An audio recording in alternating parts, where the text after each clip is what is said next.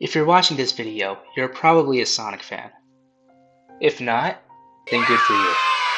You see, the Sonic fandom is no stranger to arguing, debates, and issues, and heck, you can't even go one day without seeing this image plastered somewhere. However, there is one debate that I want to touch on, because I feel like we are looking at this potential issue all wrong.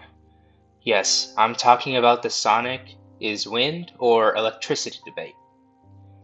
To summarize it shortly, people are mad at how recent media portrays Sonic as having electric powers rather than wind-based powers like he was in older media. Now, you might be asking, what's my stance on that? Well, I think he deserves nothing! No, actually, I think he doesn't need any electric or wind powers whatsoever, because there is a deeper meaning behind this hedgehog. Now, what do I mean by that? Well, let's find out by taking a dip on the flip side.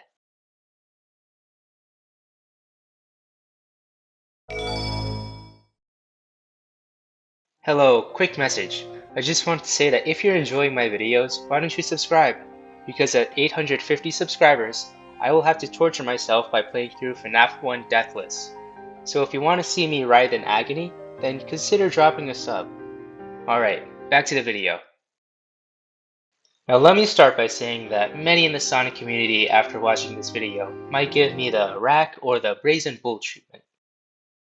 So let me just say that this is my own opinion and you don't have to listen to what I say or believe it, because I would very much like to not bid a farewell to my arms. No, just the title. There's no way you've read that. Also, this video will be split into 3 different sections.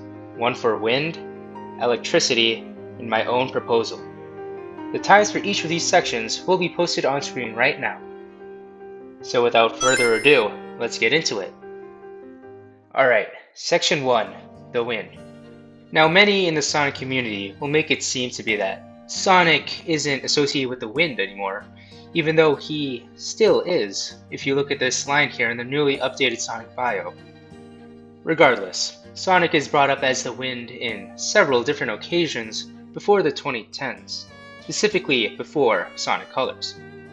And 2 of these heavy hitters are Black Knight and Sonic 06. But there are other games that also bring it up, and I'll get into those later. Alright, Sonic 06. Man, do I have some thoughts on this game. For the CGI opening scene, Sonic runs on in with the wind around him, encompassing the robots and Elise, showing his presence, and it was really cool. Then you have to realize that you'd have to play through the rest of the game. The wind is also shown in other places in this game. Like we have this random old dude calling him the Blue Wind. The Blue Blur is a far better name and I have no idea what this old guy is talking about. But there's also mentions of the wind in Kingdom Valley. Well, not more so mentions, more like the fact that you actually ride on the wind. Funny story actually, I thought that this was water at first because of the way the graphics look like in Sonic 06.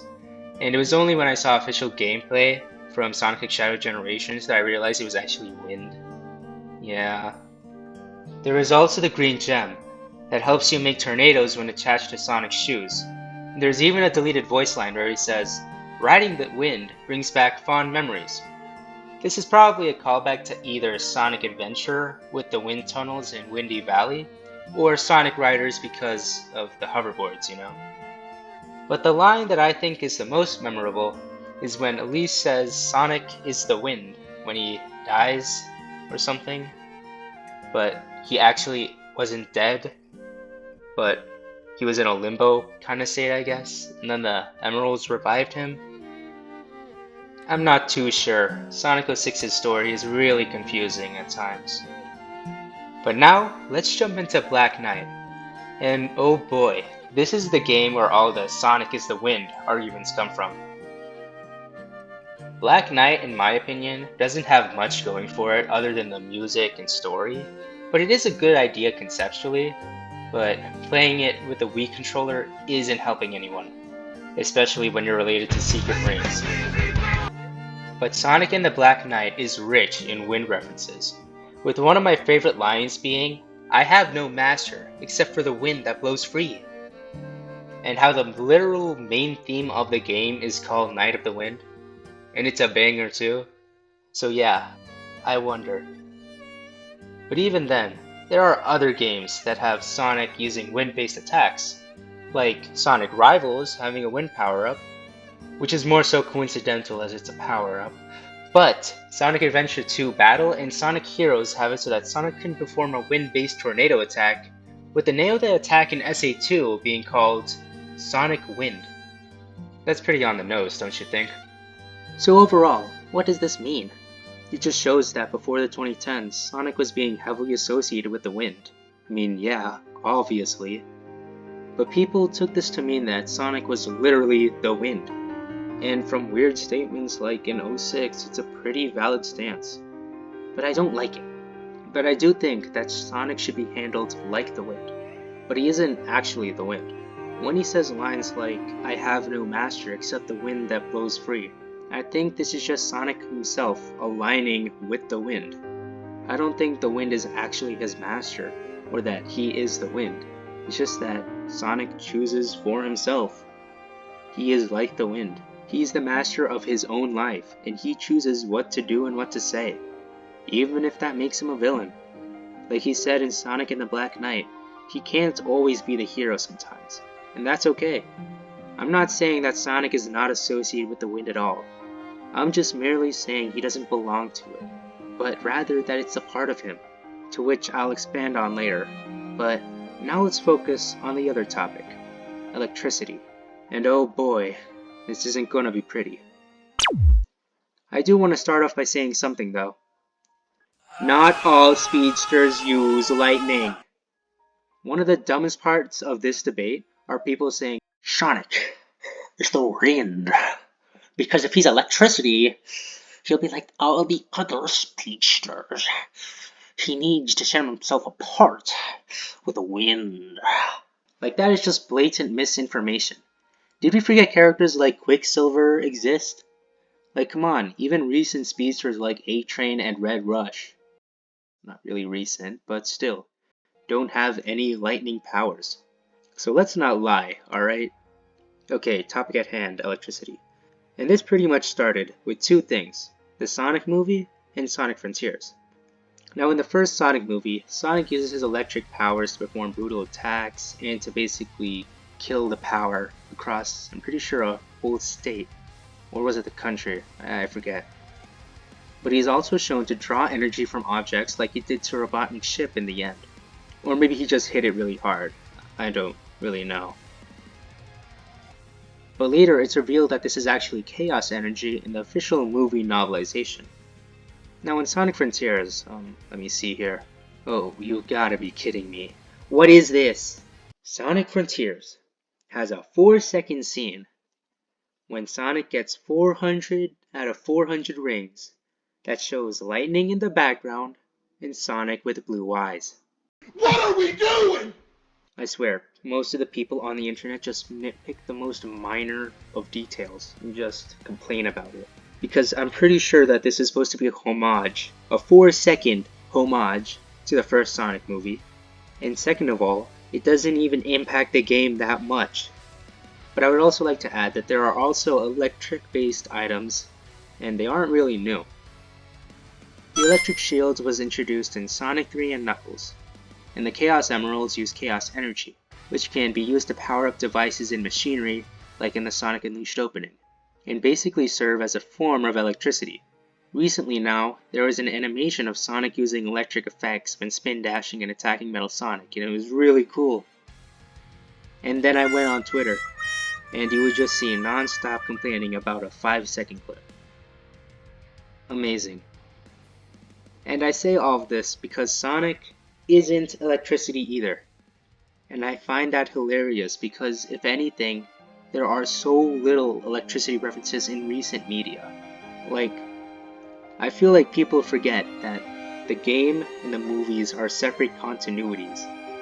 And the fact that this is a 5-second clip of an animation. Like, there are so few electricity references in recent media that it's almost laughable. Heck, you can even see it in this video.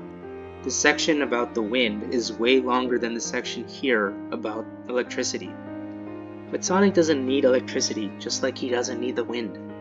If anything, these are more so byproducts of how he interacts with the world. Kind of how he can call upon these elements to aid him when needed. So now let's bring about the conclusion of this video in the next section. So we have gone over wind and electricity and how they relate to Sonic. So now, let me tell you what I believe. I truly believe that Sonic is none of these two.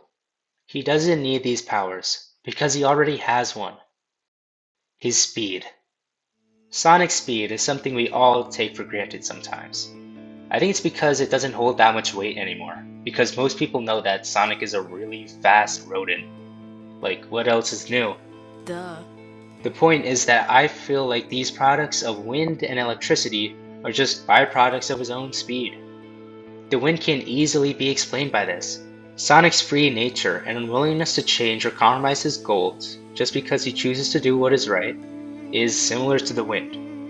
And not only that, but he can also call upon it in huge tornadoes by kicking and running really fast enough to generate it. And electricity is also pretty easy to explain as well. Electricity is sharp and quick, like Sonic is when it comes to thinking and brainstorming, except for Lost World. Not only that, but you see, electricity also explains one of my favorite Sonic characteristics, his cockiness. You see, when being cocky and impulsive, it's basically due to a sudden and quick discharge in your brain, like a sudden outburst of energy. Now I know people are going to say Sonic isn't impulsive, he is a person who thinks and waits and thinks logically all the time, and on and on. I think Sonic is at his best when he's a cocky brat who's quick-witted at times, pretty smart, but doesn't think things all the way through. An example of this would be Sonic Adventure and Sonic Adventure 2. Not that thing we got in 06, because they were going really overboard to try and make him look cool. Electricity is also pretty cool as well with kinetic energy. So basically, kinetic energy is built up by running, and when you go really fast, it can be turned into lightning or sparks, which is really cool, and I think that fits Sonic's character a lot. I want to quickly state what I'm against though. I don't think Sonic should be switching between the wind and electricity in a fight like they are ability slots he can equip. These powers should be, as I said before, byproducts of his speed. His speed should be able to manifest these elements instead of him using, I don't know, a wind Rasengan. Wait, that's actually pretty cool. But what I'm saying is that his speed needs to be the reason. It has to be explicitly shown to be the reason for these attacks. Now I know you won't fully like this explanation, so let me add on to it with a little bit of seasoning. Nature. Don't you think it's weird that we haven't gotten a prequel game to Sonic 1? Other franchises do have prequel games like Resident Evil. This is mainly due to how the community would probably tear itself apart again for the third time this week, and would also potentially deconfirm a theory that I really like. This theory states that Sonic is of nature. He was neither born to a family or raised up. He just simply started existing one day and went running. I really like this theory as it ties deeply into Sonic's need to explore and run around the world to see what's in store for him. Not only that, but nature being the root of Sonic's birth helps tie him to aspects like the wind and electricity, as those are natural aspects of the world. So to me, it makes sense that he'd be able to call upon these elements with his speed, because he is literally the son of Mother Nature. If you want more proof, then just look at the rivalry between Sonic and Eggman. It's literally machine versus nature, industrialization versus life. It's basically the main story beat of Sonic 1. Sonic being a product of nature is an amazing theory, and I take it and hold it really dear to me, because it makes so much more sense, and funnily enough, it makes him more original than other speedsters. And it's such an interesting concept that I wish I could go into more in this video, but I'd have to save that for later. But those are just my thoughts on this debate, and you're free to disagree with me if you want.